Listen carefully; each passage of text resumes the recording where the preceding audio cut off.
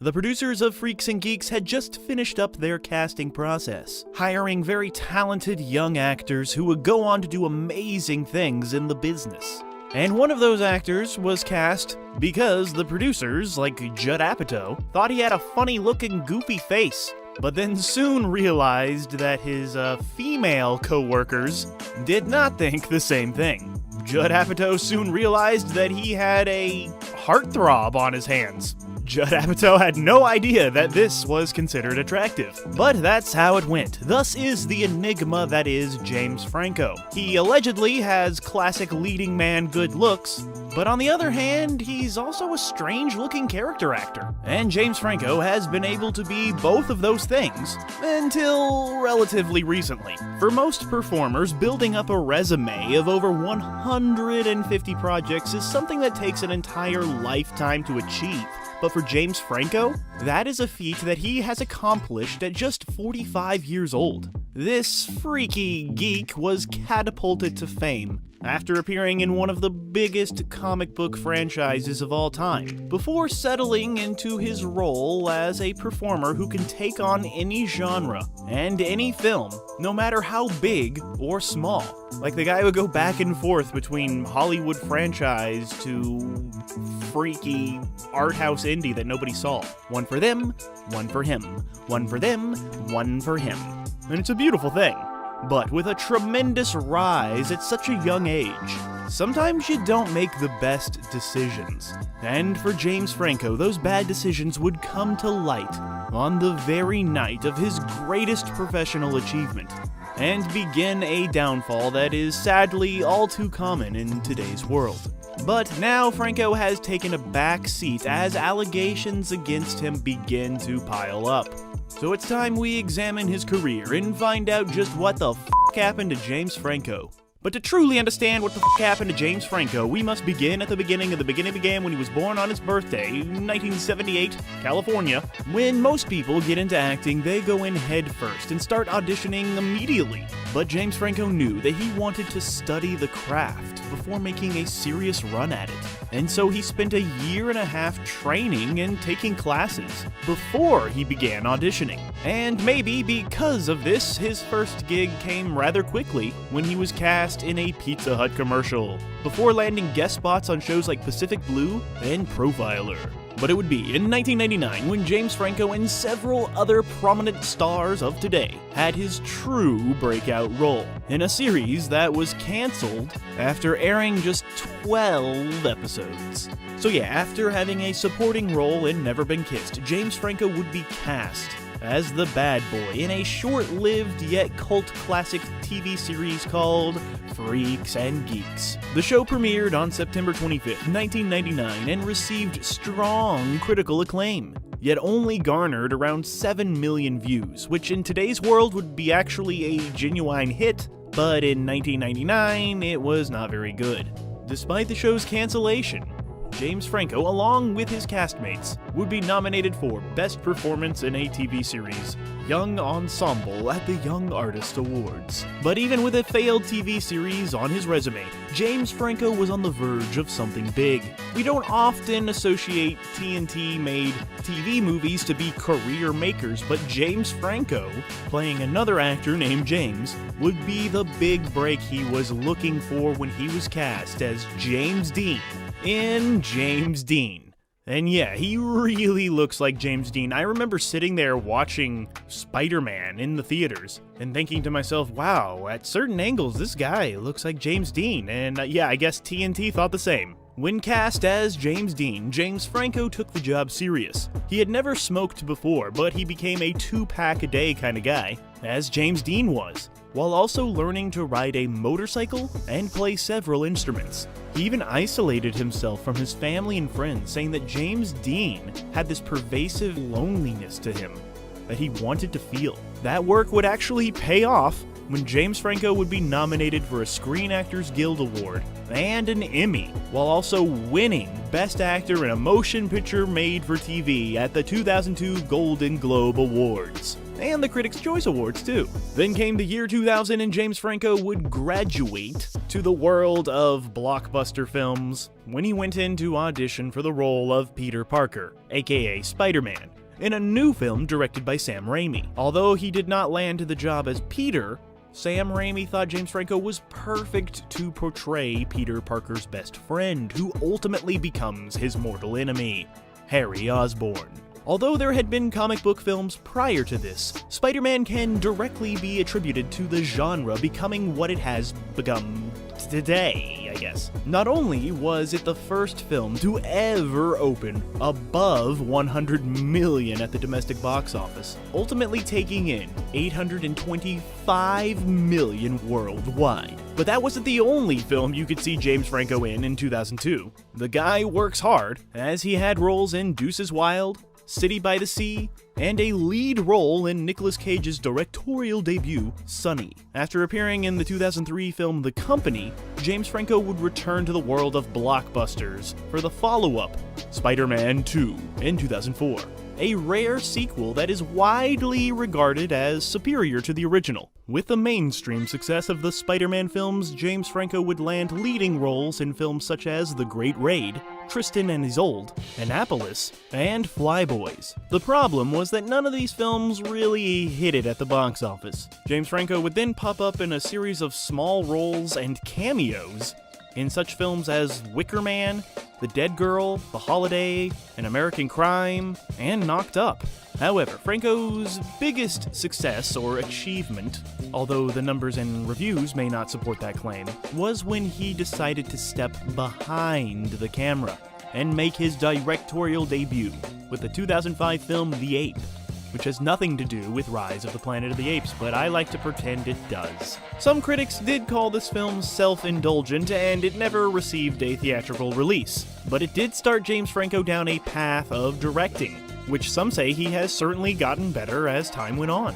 Back on the big screen, James Franco would finally go full villain with Spider-Man 3, when the arc of his character was complete, and become the new Green Goblin. But for James Franco, I just think he wasn't super comfortable in those big blockbusters. He's more of an indie kind of guy. He would finish out 2007 starring opposite Tommy Lee Jones in The Valley of the Law, and then he went and did something kinda strange, but you know, that's so James Franco. So yeah, by this time, James Franco was a pretty big star, so it was a bit of a shock when he decided to head back to TV, but not just any TV, daytime soap opera TV, when he appeared in over 30 episodes of the long-running General Hospital, playing a character named Franco. In 2008, after appearing in the romantic comedy Camille, Franco would re-team with Judd Apatow and Seth Rogen, his Freaks and Geeks buddies, for the film Pineapple Express, where he played a marijuana-smoking drug dealer of marijuana.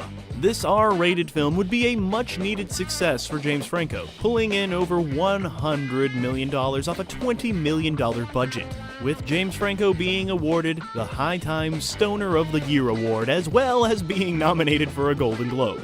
Then James Franco would appear in the critically acclaimed film Milk, where he played a much younger lover to the San Francisco politician Harvey Milk, played by Sean Penn. In this movie, you get to watch Sean Penn make out with James Franco, and it's not awkward at all.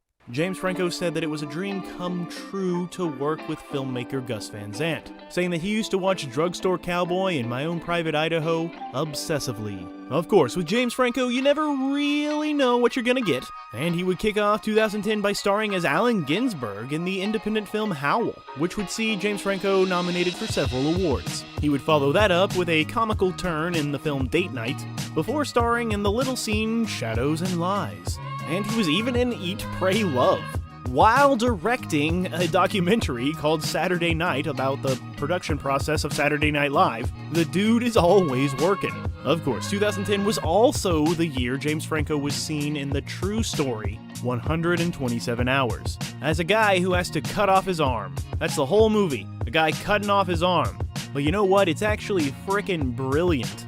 because of James Franco's performance and the direction of Danny Boyle. This would see him receive several nominations, including an Academy Award for Best Lead Actor.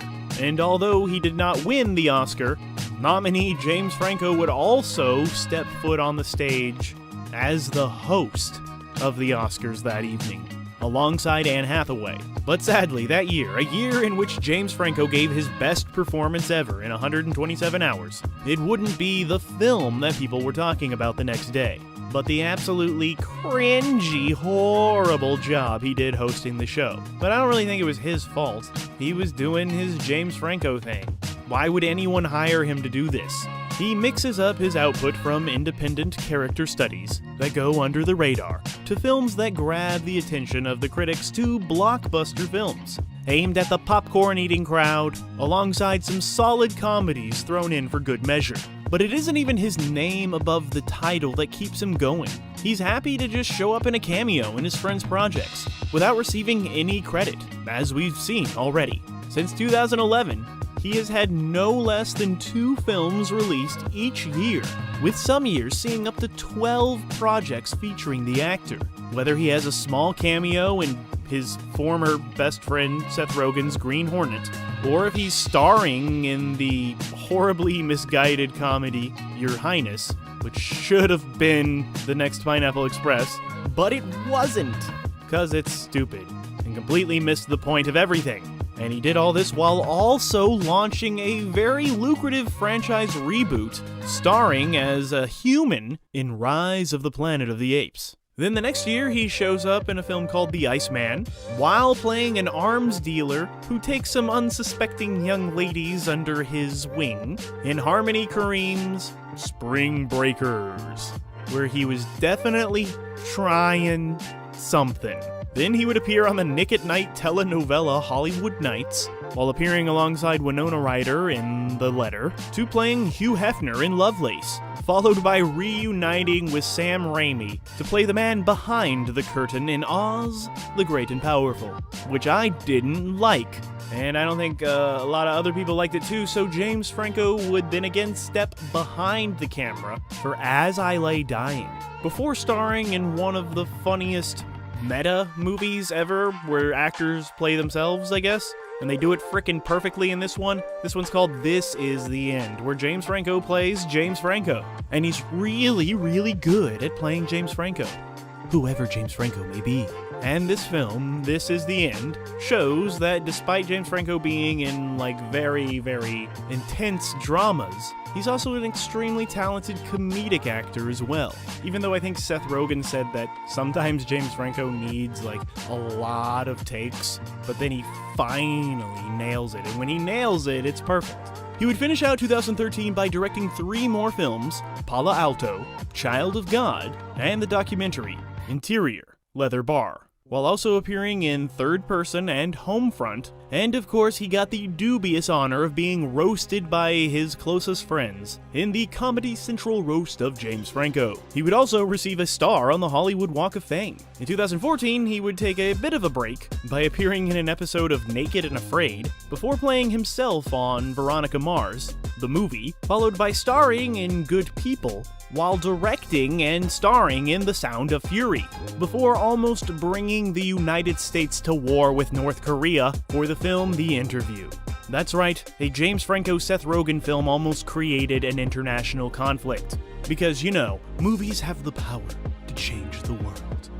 For better or worse, 2005 would be his big year. 12 movies featuring the actor were released. Granted, most were independent and direct-to-video releases, but all showcased the range of Franco. Whether it was in the adaptation of Don Quixote, to playing a man suspected of killing his family in True Story, alongside titles such as Yosemite, I Am Michael, Queen of the Desert, Everything Will Be Fine, Wild Horses, The Heyday of the Insensitive Bastards, The Adderall Diaries, Memoria, while voicing the fox in The Little Prince, and having another hilarious cameo as himself in the R-rated Christmas comedy The Night Before, while also appearing in the Hulu series Deadbeat. Franco is a performer that never seems to slow down. Between 2016 and 2015, he appeared in no less than 28 projects, including Sausage Party, Why Him, The Show, Kin, the Coen Brothers' The Ballad of Buster Scruggs, where he became a meme with his first time joke, and the TV series Angie Tribeca, while also appearing in and directing episodes of the hit miniseries 11/22/63, which was a Stephen King JFK thriller, and The Deuce, while also directing the films In Dubious Battle, The Institute, Future World, The Pretenders, and Zeroville. Of course, his biggest success at that time came when he directed a film about the making of a film that has been deemed the worst movie ever made, The Disaster Artist. This film would bring James Franco the respect he had longed for as a director. It would be a film that would be praised not just for the direction, but for his pitch-perfect portrayal of the Room star Tommy Wiseau. On January 7th, 2018, James Franco would take the stage at the Beverly Hilton, where the 75th Annual Golden Globe Awards were happening, to accept his award for Best Actor in a Comedy. That night, he was sporting a pin on his lapel in solidarity with the fight against sexual misconduct. At the moment he took the stage, James Franco was experiencing perhaps the biggest high of his entire career. But what he didn't know is that, at that exact moment, a former co-star of his, Ali Sheedy, whom James Franco directed and appeared in an off-Broadway play in 2014. Ali Sheedy tweeted that, "James Franco just won. Please never ask me why I left the TV film business." That mysterious tweet led to James Franco admitting to texting and trying to meet up with a 17-year-old girl. Franco blamed the incident on the trickiness of social media, while saying he exercised bad judgment. Franco would appear on The Late Show with Stephen Colbert just 3 days after, where Colbert asked the actor about these allegations, and him wearing the pin in the face of the allegations. Franco said that he had no idea what he did to Ali Sheedy, while also saying that other allegations made against him were not accurate. Of course, those allegations were just the beginning. A month after winning the award, the Los Angeles Times published a report where 5 women accused James Franco of exploiting his power to seduce these women into unwanted sexual encounters, while he was a teacher at the Playhouse West Acting School and his own Stage 4 school in Los Angeles, where the women said that James Franco took advantage of their desire to be a part of the film industry.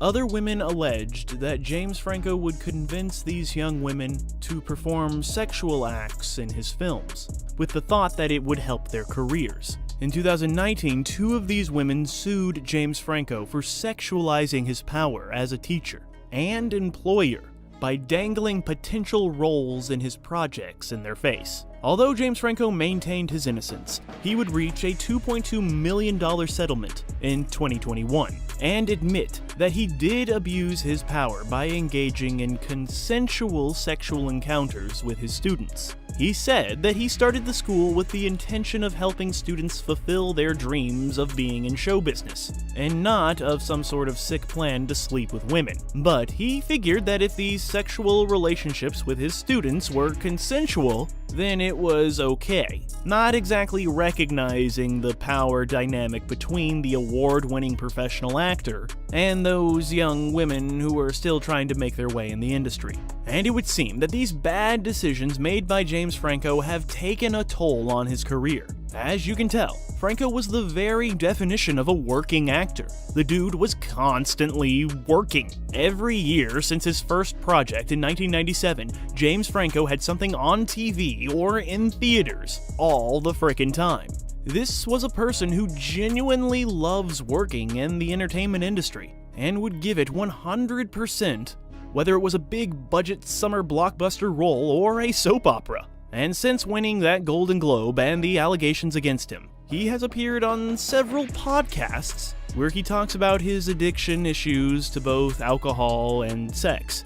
Franco actually does have a few films in the pipeline, including a film where he plays Fidel Castro. But the real question is, will James Franco ever get back to where he once was? It seems even James Franco's closest friends have not stuck by him during this time.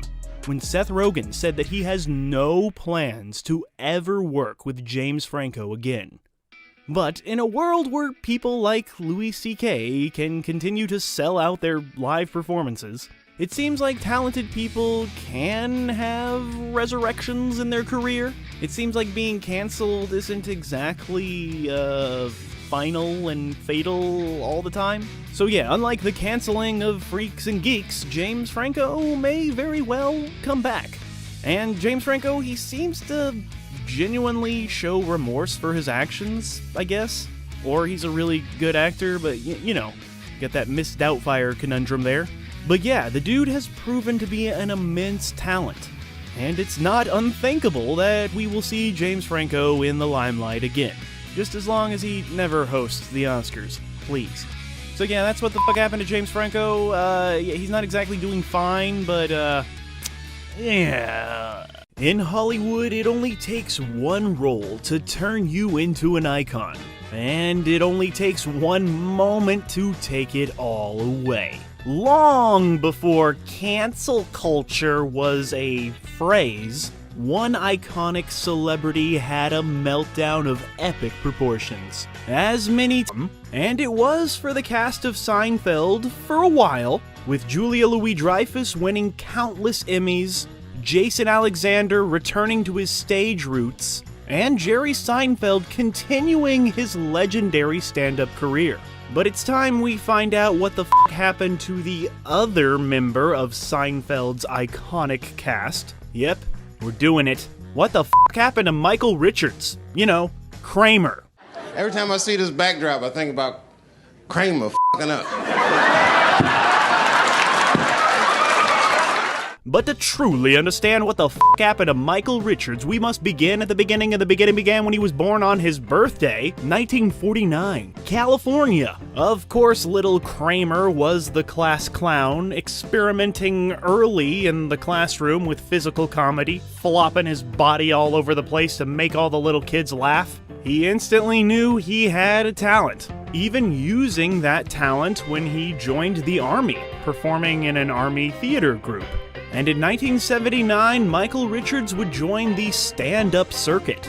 You know, standing up on a stage and telling jokes into a microphone. Michael Richards' career would take off when he was cast on ABC's answer to Saturday Night Live, called Fridays, in 1980. Although the show was short-lived, airing for just 3 seasons, Michael Richards was part of one of the most famous moments of that series. So much so that it was recreated in the 1999 Milos Forman Jim Carrey movie Man on the Moon, with the late great Norm Macdonald playing Michael Richards. The scene involved guest star Andy Kaufman refusing to deliver his scripted lines, which led Richards to stand up and get the cue cards, which led to a small outburst, with Kaufman throwing his drink in Richards' face.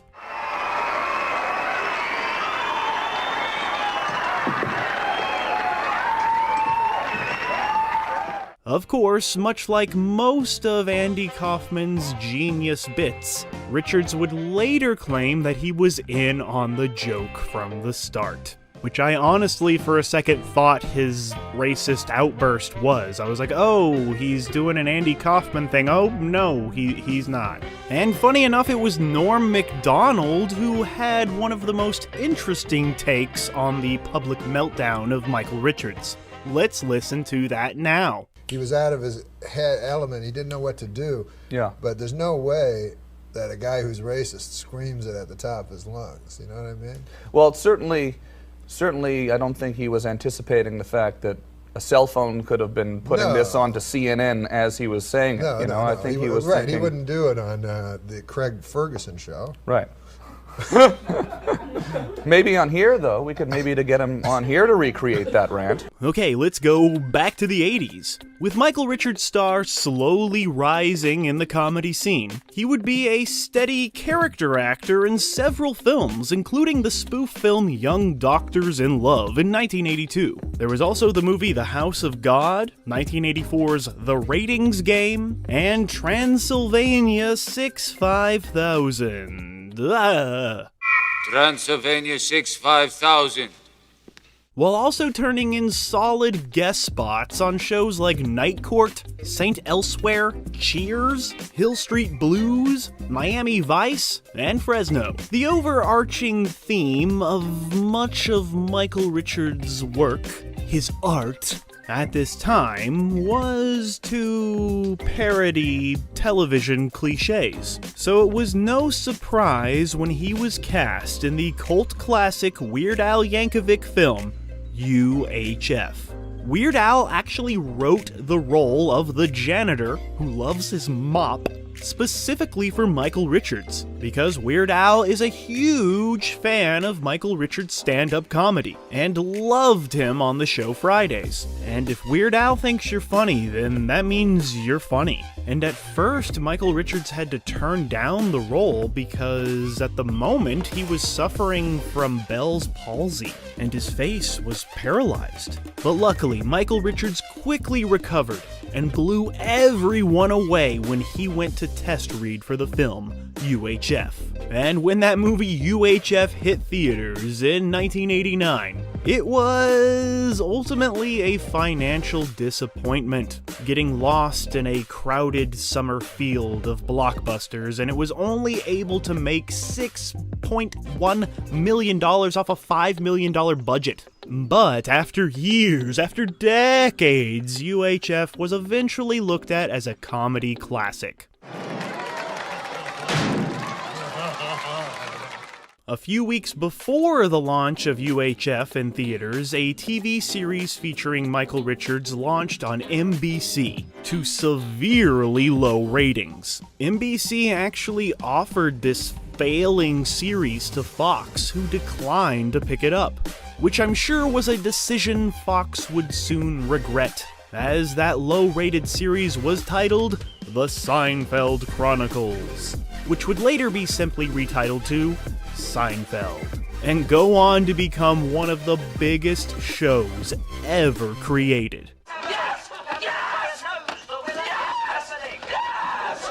Yes! The series Seinfeld featured several crazy, kooky supporting characters, but the craziest, the kookiest of them all was part of the core four, Jerry's eccentric neighbor, Cosmo Kramer, played to absolute comedic perfection by Michael Richards, who was reluctantly brought onto the show by his Fridays co-star Larry David, after Jerry Seinfeld insisted on him for the part. Larry David was like, "No!" And Jerry Seinfeld was like, "Come on!" And Larry David was like, "Ah, okay!" And Jerry was like, "Good!" And Larry David was like, "Good!" And Michael Richards was like, But yeah, with the use of his outrageous physical comedy, Kramer quickly became the standout character of this series, with the audience exploding with applause every time Richards would burst into Jerry's apartment, with his iconic entrance.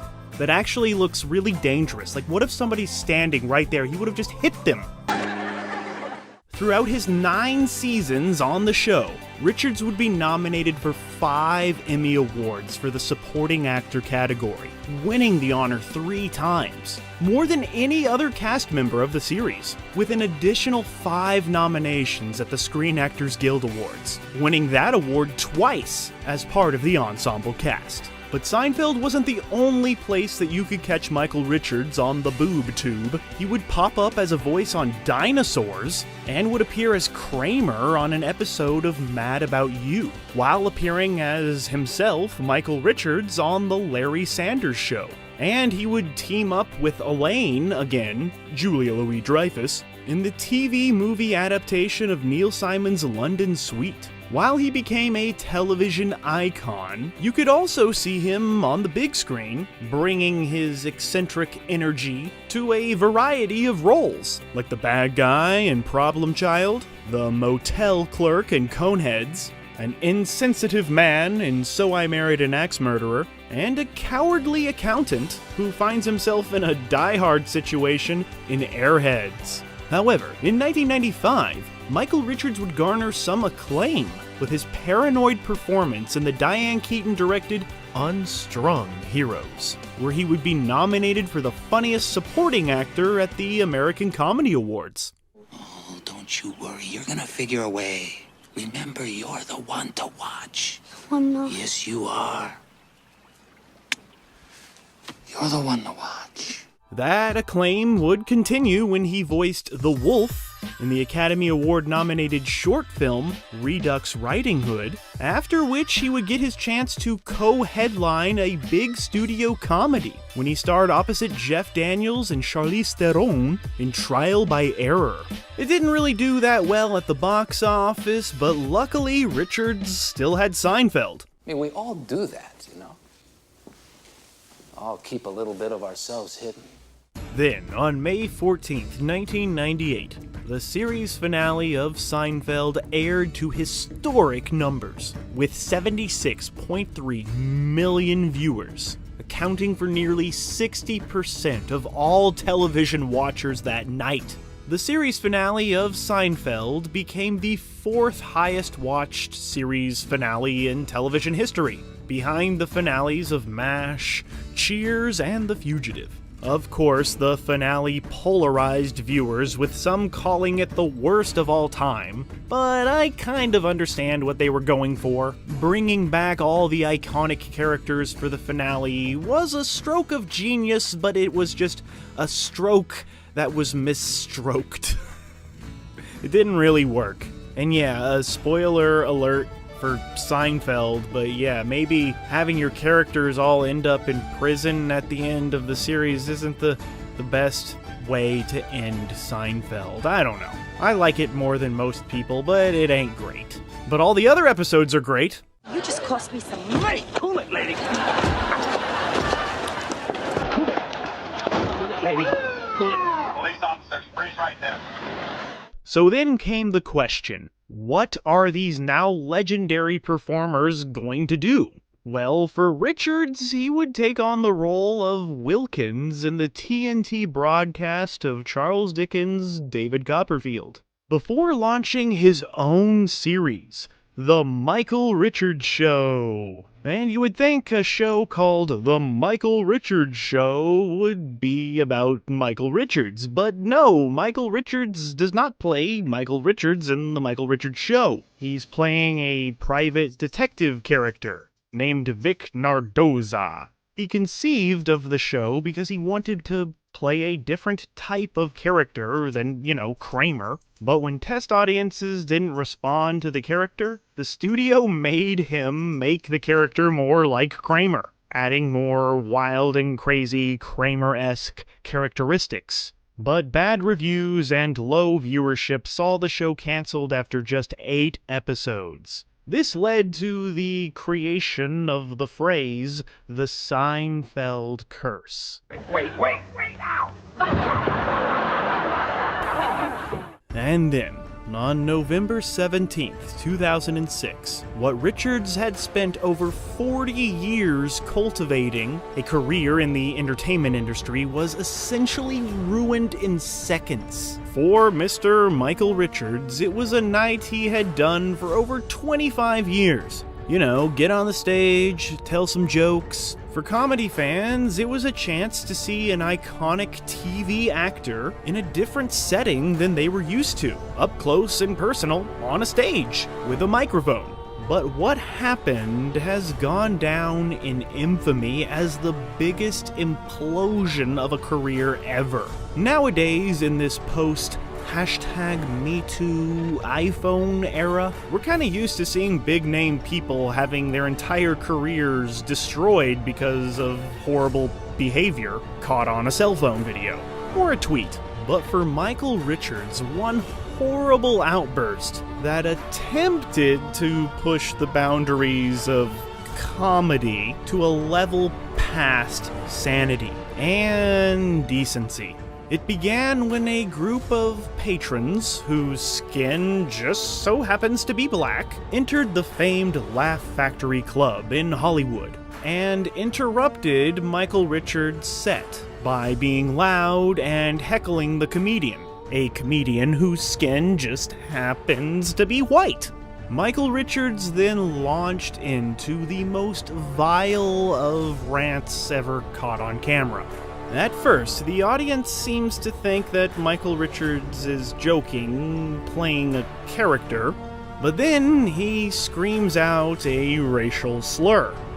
Which racial slur, you ask? Well, it's the one that, the one that starts with N. The one that they call the N-word, you know, that one.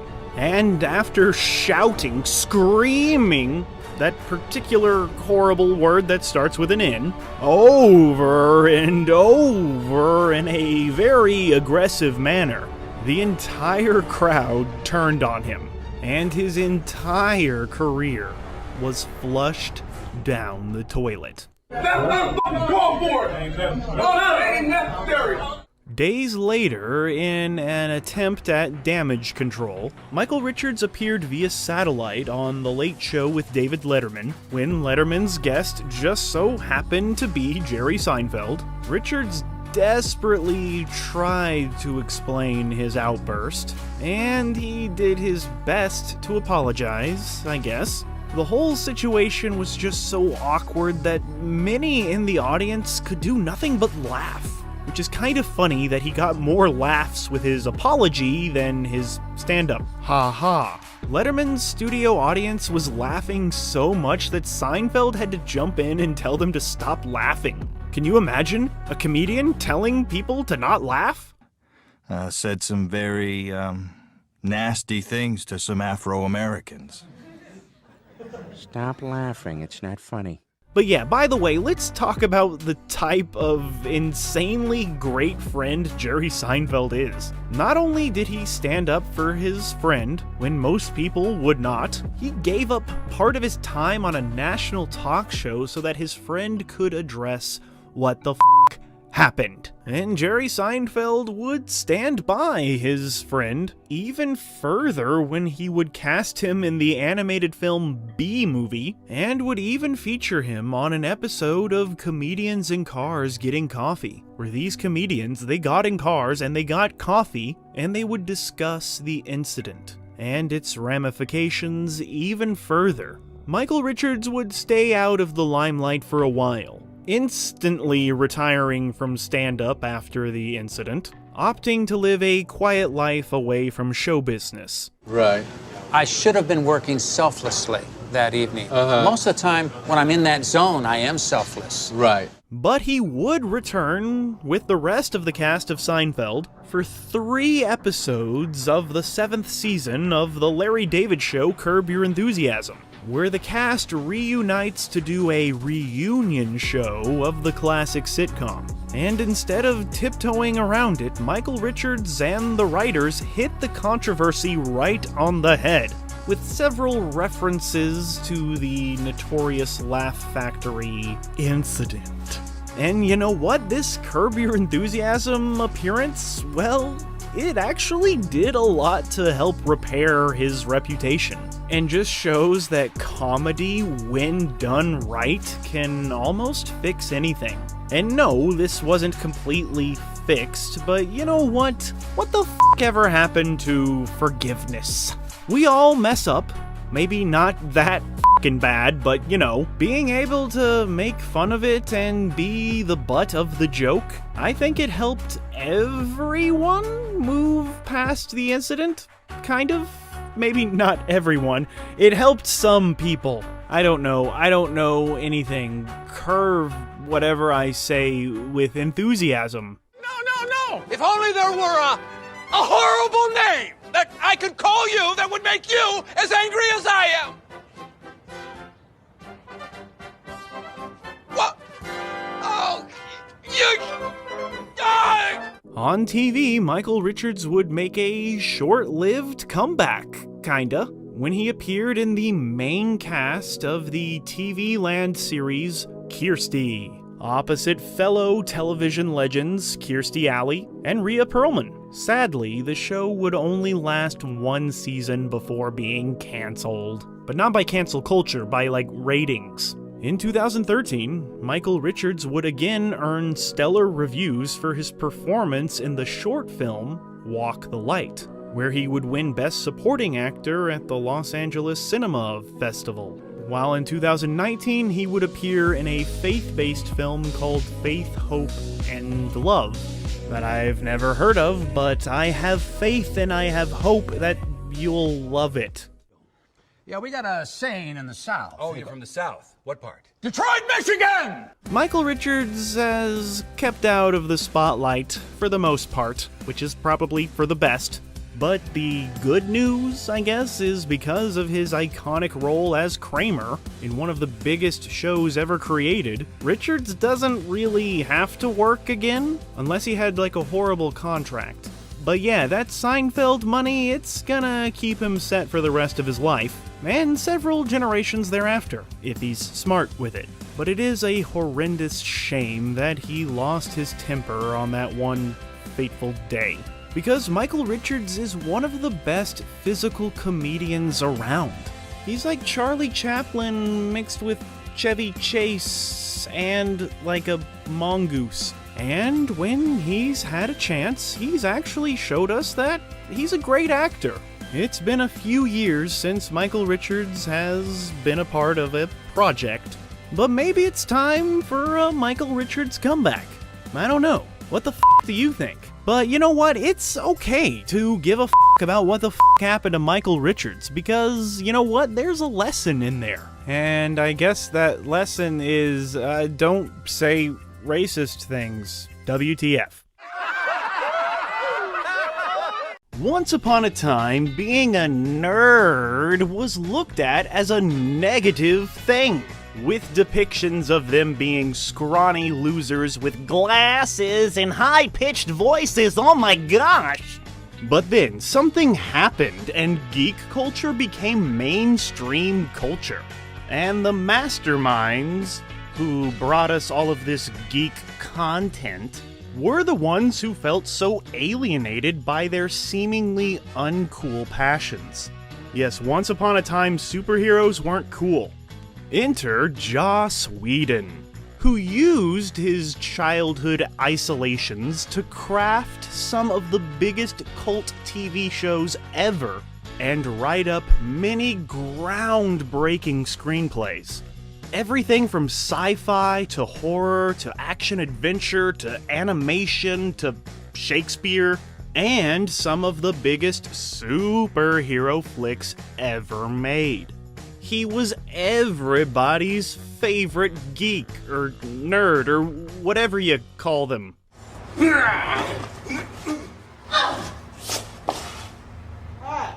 But behind closed doors, there seemed to be a different tale.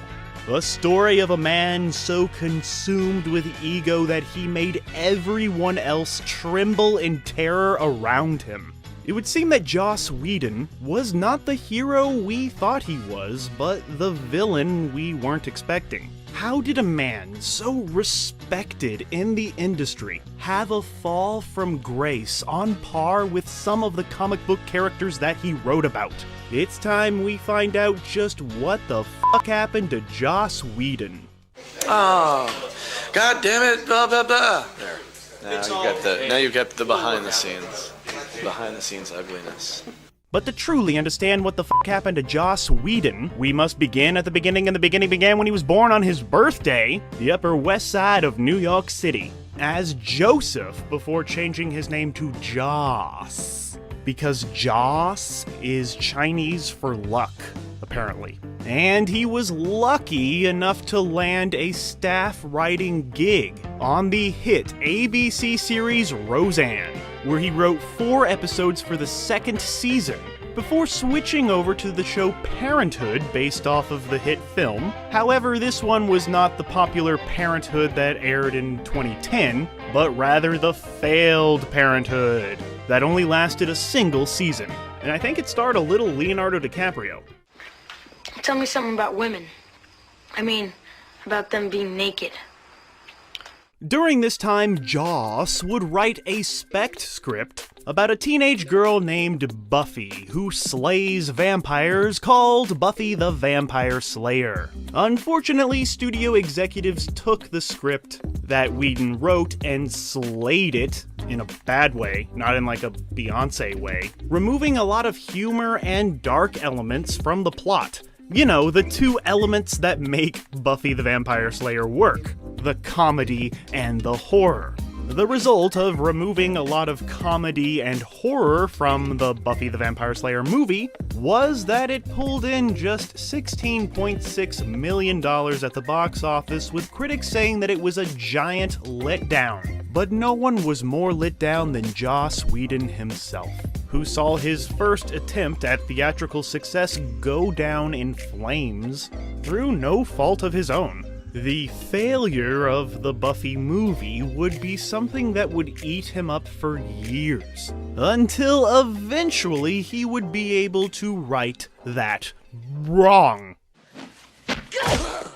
In the meantime, Whedon would make a name for himself as a ghost writer. This is essentially someone who takes a script and does uncredited rewrites, polishes them up a bit, makes them better or worse, depending on the ghost. From 1994 until the year 2000, you would be watching films such as The Getaway, Speed, The Quick and the Dead, Waterworld, Twister, and X-Men without knowing that some of what you were enjoying came from the mind of Joss Whedon.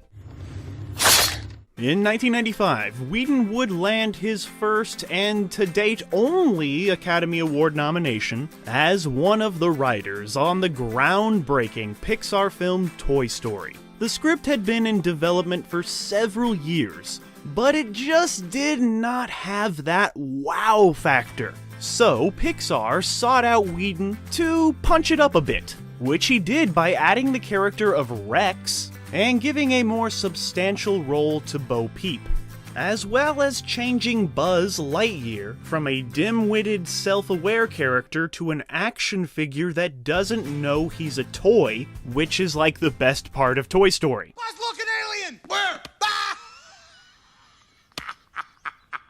In 1997, 20th Century Fox would hire Joss Whedon to write a new film in the Alien franchise. At the time, Sigourney Weaver was not expected to return for a fourth film, as her character had, spoiler alert, died at the end of Alien 3. So, Joss wrote a screenplay that took place on Earth that featured a clone of the Aliens character Newt. However, those pesky studio executives soon pivoted to wanting to bring back Sigourney Weaver, and told Joss Whedon to come up with a new story that featured the resurrection of Ripley. So he did. He kept the cloning idea that he had for Newt, and just assigned it to Ripley. And when Sigourney Weaver read the script, she was intrigued, saying that she thought that the script brought back the spirit of the first two films. So she immediately signed on to Alien Resurrection,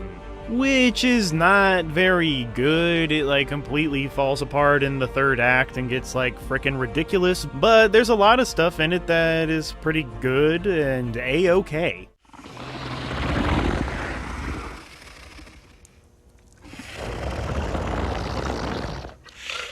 With two interesting scripts produced into films he didn't enjoy, Joss Whedon was losing faith in the entertainment industry and the art of cinema. But then, Dolly Parton's Sand Dollar Studios called him and told him that they loved the original script for Buffy the movie that he originally had submitted, that they completely changed, and the studio asked him to film a short pitch video for executives at Warner Brothers Television. This idea kind of intimidated Joss, as he had never directed anything before. But he loved the idea of actually being able to get what he had originally envisioned on film. Warner Brothers picked up the show, Buffy the Vampire Slayer, giving it a relatively small budget, as at the time the WB network was struggling, which just meant that Joss Whedon had to rely more on storytelling rather than expensive special effects, which he did by digging into his youth, where he felt like an outsider at school because he was a nerd. During the course of the Buffy the Vampire Slayer show, Joss Whedon would be nominated for several awards, including an Emmy for Outstanding Writing for a Drama Series, and a Bram Stoker Award for Best Screenplay for the episode Hush.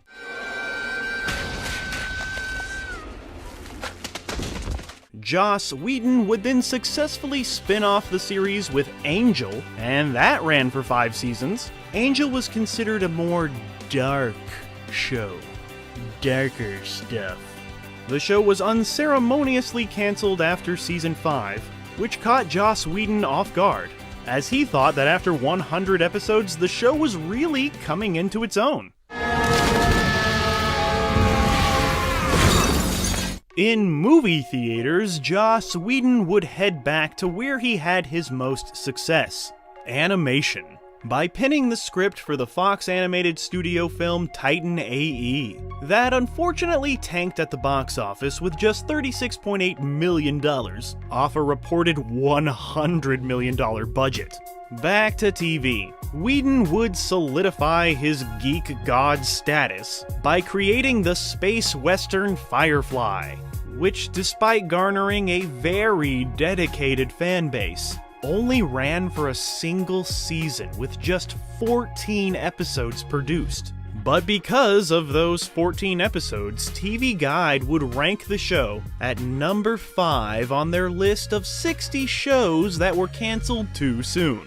Joss Whedon developed the show after reading the book The Killer Angels, which is about the Battle of Gettysburg, and became fascinated by telling a story about people who fought on the losing side of a war. But he put it in space.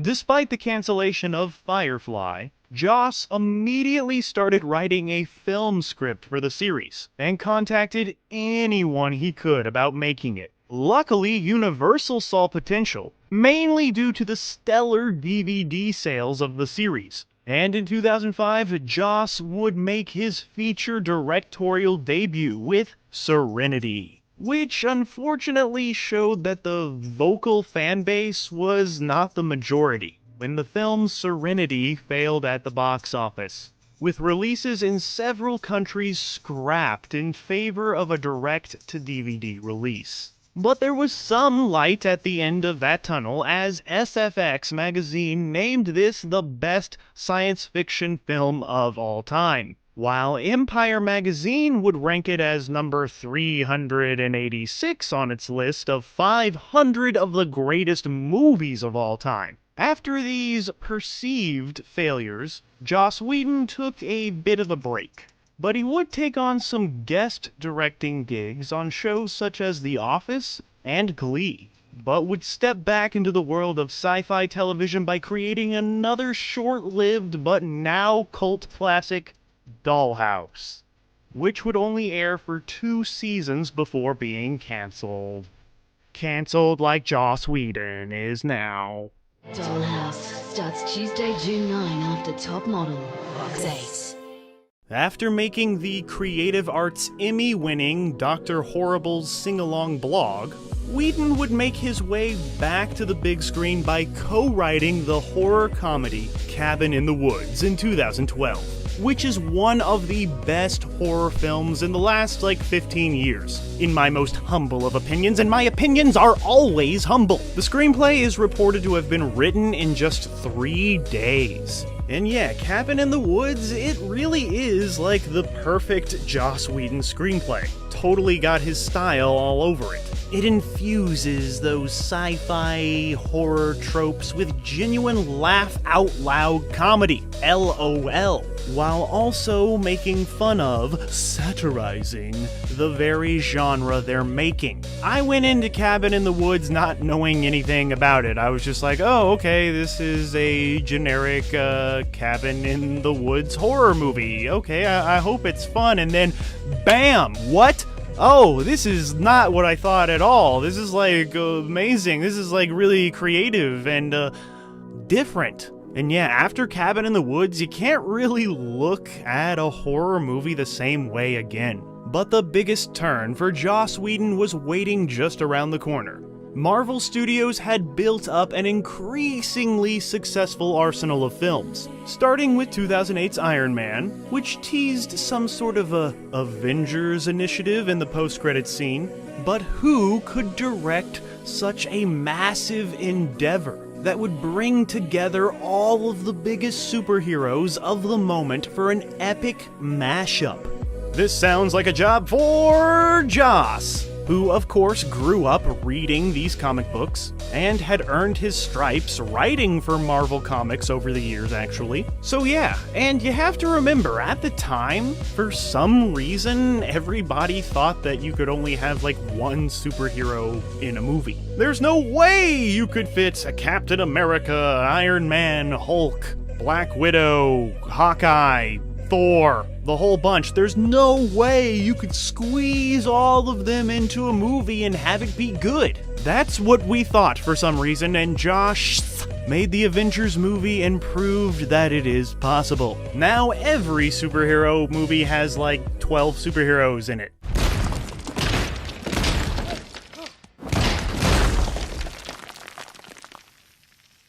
Whedon was announced as the director in July 2010, after receiving the script written by Zach Penn. Joss told Kevin Feige that he was not impressed with the original draft of the screenplay and that they had absolutely nothing, so he decided to do a page 1 rewrite. The Avengers would be released on May 4th, 2012, and break nearly every record at the time, including the highest-grossing opening weekend ever at the time, with 207.4 million buckaroos at the box office, which really does owe a lot to Whedon's writing, which you can feel in every joke. And like, yeah, every joke is kind of funny. Yeah, it's good. A lot of the Marvel movies have stale humor, every now and then, but Joss Whedon's Avengers script has several scenes where you genuinely laugh out loud, LOLing. You know, like when Hulk punches Thor, and when Tony Stark says anything. Or the entire post-credits scene where the Avengers just sit there all broken and beaten from battle, enjoying some shawarma, which was a last-minute idea that Joss Whedon had on a whim during post-production. He had to bring back all the actors just to sit there. But it was worth it. Whedon would then take a few smaller passion projects in the wake of the Avengers' massive success, including the modern-day retelling of William Shakespeare's Much Ado About Nothing, and writing the script for the paranormal romance film In Your Eyes, that critics said featured an ingenious screenplay by Joss. But soon, Whedon would jump back into the world of the Avengers with its sequel, Avengers Age of Ultron, which was another massive hit, grabbing over $1.4 billion worldwide at the box office. Whedon would then help launch the Marvel series Agents of S.H.I.E.L.D., writing and directing the pilot episode. But it would seem his time with Marvel was soon wrapping up. So what do after you leave Marvel? Well, you go over to DC. Because at the time, DC was putting together their own superhero mashup. A movie titled Justice League. It's about the Justice League. The film's director was Zack Snyder.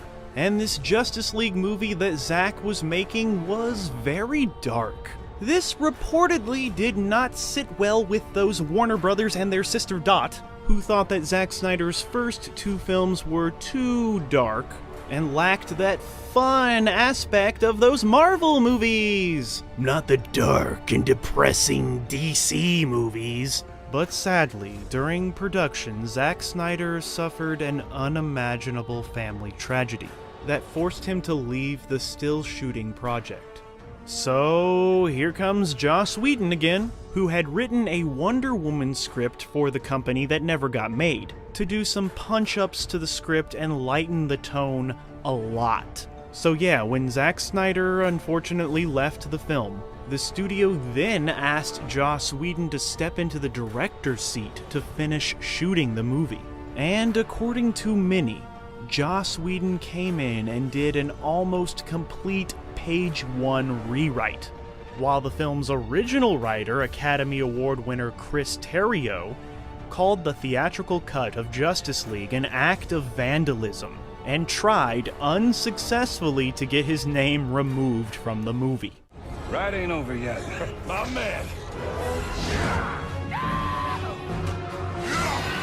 And this is where the decline of Joss Whedon began. For many people in the industry, it was a well-known secret that Joss Whedon was a bully. It seemed that the first huge public blow came in November 2017, where his ex-wife wrote a blog calling Joss Whedon a hypocrite who preached feminist ideals yet called him out on all of his secret affairs he had over the years. From there, the floodgates seemed to open, with many going back through his work and finding problems with the way he sexualized and marginalized his female characters. Even though, at the time, everybody praised him as a feminist icon or whatever.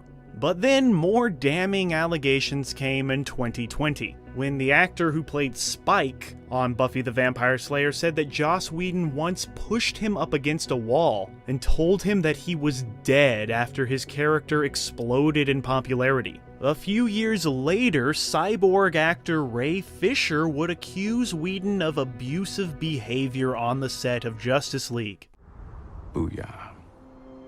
More and more people would come out and detail the abuse they suffered at the hands of Joss Whedon.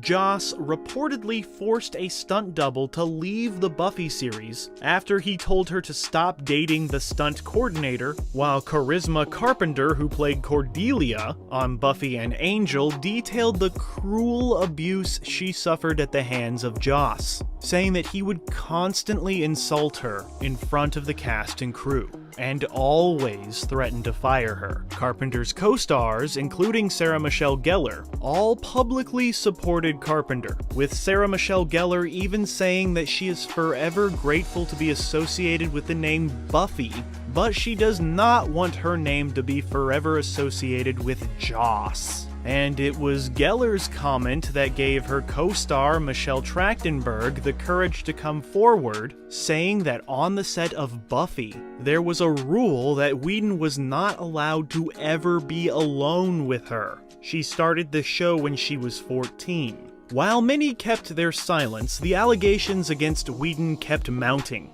until many could not hold their silence any longer.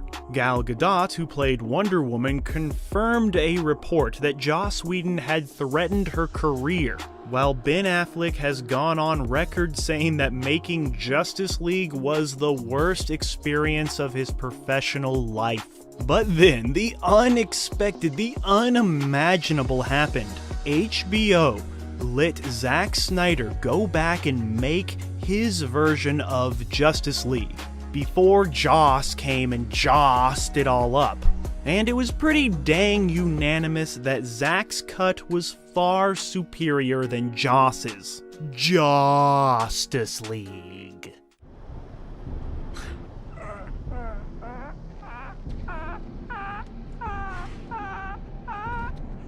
Whedon would try to clear his name in a New York Magazine profile in 2020, titled The Undoing of Joss Whedon, that many believe was the final nail in the coffin of his career. In this article confession, he tries very hard to frame his professional career in a way that makes him out to be a passionate hero. but all he really does is confirm everything that everyone has said about him. He doesn't seem to actually take accountability for the misery he put so many people through. It all came off as a bit self-righteous. And it would seem that it did take a toll on his career, because since 2017's Justice League, Joss Whedon has only had one project in development, the HBO series The Nevers, with HBO simply saying that they mutually parted ways with Joss Whedon. But for now, it seems like Joss Whedon is playing the lay-low game. Hollywood is a town of forgiveness. Well, it used to be. And the allegations against him aren't at that Harvey Weinstein, Bill Cosby level, so it may very well be possible that with time, and a massive dose of humility and hubris, that we could see Joss Whedon return to the world of crafting characters that form massive followings. But yeah, forgiveness is something that must be earned. So yeah, only time will tell. But in the meantime, I will still enjoy and remember all the wonderful stories and characters that he brought to life. But not his version of Justice League. So you can give a f*** if you want to give a f*** about what the f*** happened to Joss Whedon, because there's a lesson in there somewhere.